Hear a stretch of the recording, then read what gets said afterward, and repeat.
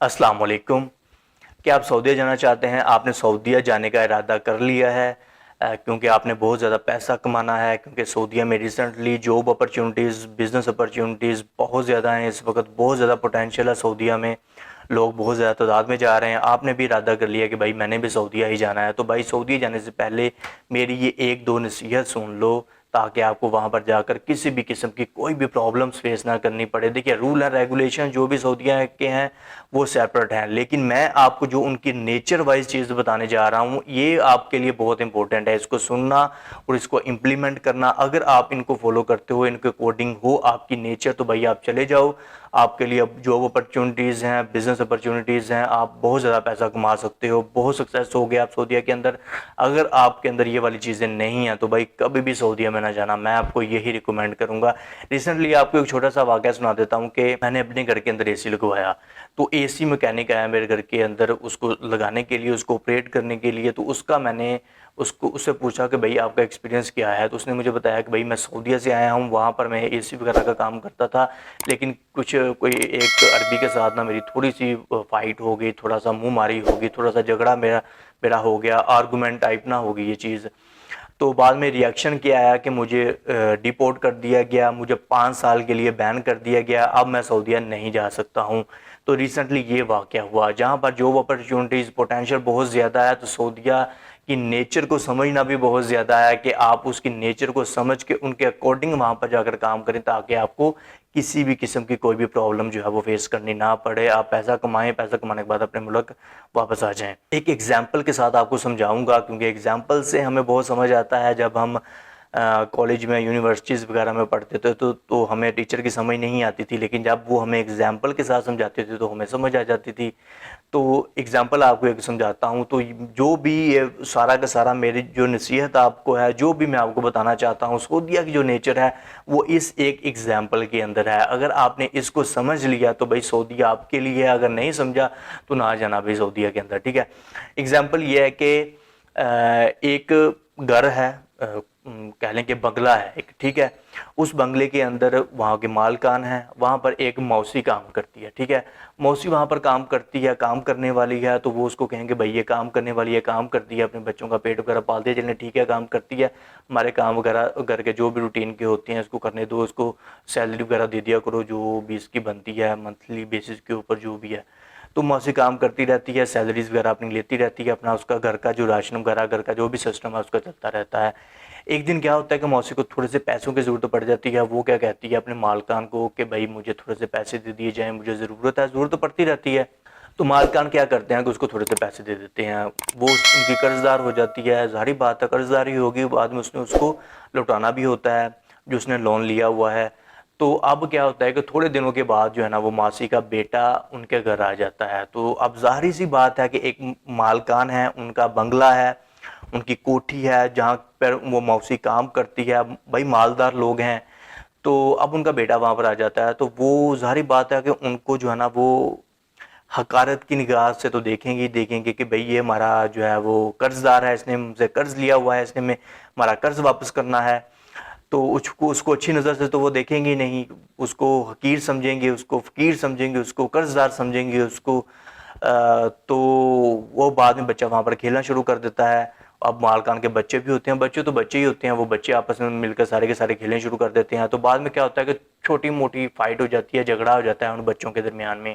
अब मालकान क्या करेंगे? आप किसी भी अमीर आदमी को देख लो कि आप वहाँ पर काम करते हो, आप उनके कर्जदार हो, तो आपको के साथ वो किस तरह का बिहेव करेंगे। अगर आप उनके के साथ काम नहीं भी करते हो, उनके कर्जदार नहीं भी हो, तो भी वो आपको अच्छे मुंह से बुलाएंगे नहीं, आपको रिस्पेक्ट नहीं देंगे, आपकी इज्जत नहीं करेंगे। और अगर आप गलती से वहाँ पर जॉब करते हो तो वो आपकी डेली बेसिस के ऊपर इतनी वो बेइज्जती करेंगे आपकी, आपको इतना बुरा बुरा भला कहेंगे कि आपका दिल ही नहीं करेगा वहाँ पर काम करने के लिए, क्योंकि वो जानबूझकर ऐसा माहौल क्रिएट करते हैं कहीं ये बंदा जो है ना वो हमसे बहुत सारी एक्सपेक्टेशंस तवक्कुआत ना लगा कर रख ले, तो वो जानबूझकर ऐसा माहौल क्रिएट कर लेते हैं।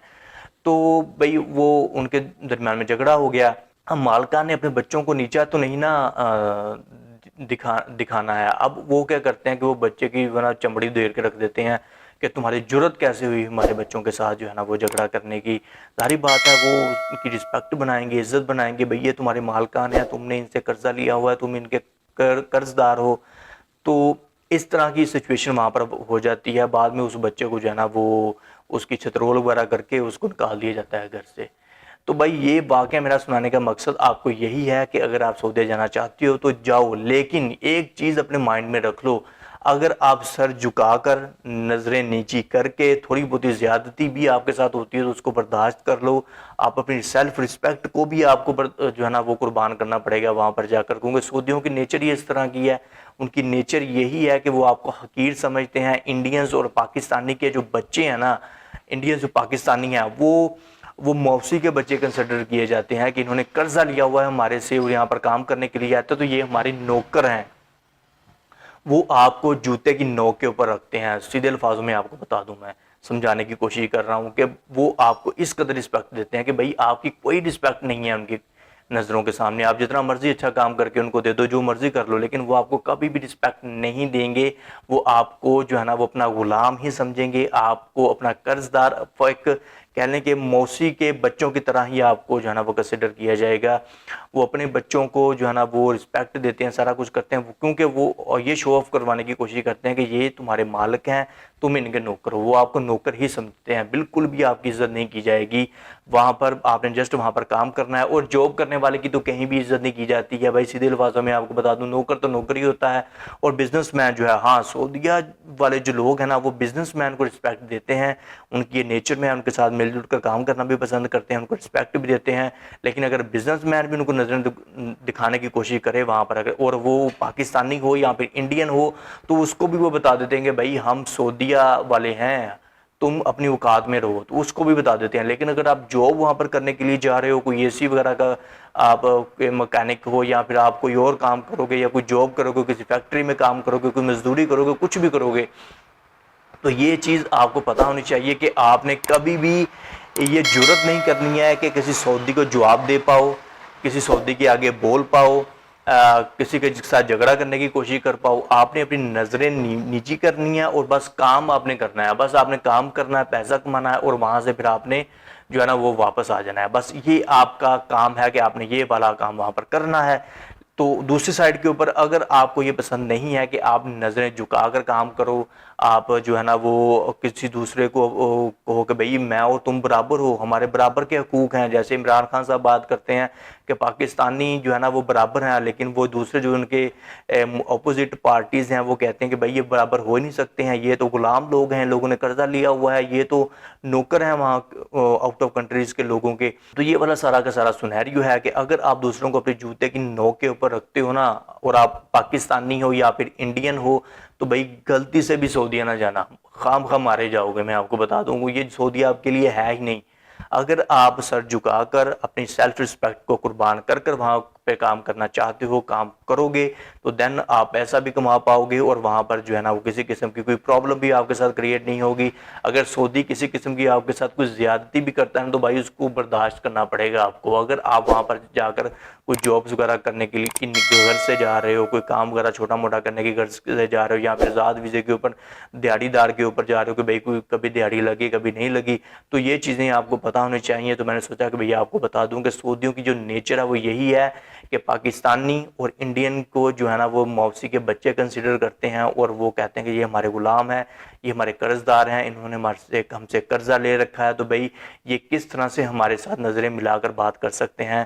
ان کو نظریں جھکا کر ہمارے سامنے رکھنی چاہیے. امید کرتا ہوں کہ آپ کو میری باتیں جو ہیں وہ سمجھ آئی ہوں گی. بہت شکریہ مجھے سننے کے لیے. میں ہوں آپ سب کا عدیل عثمان.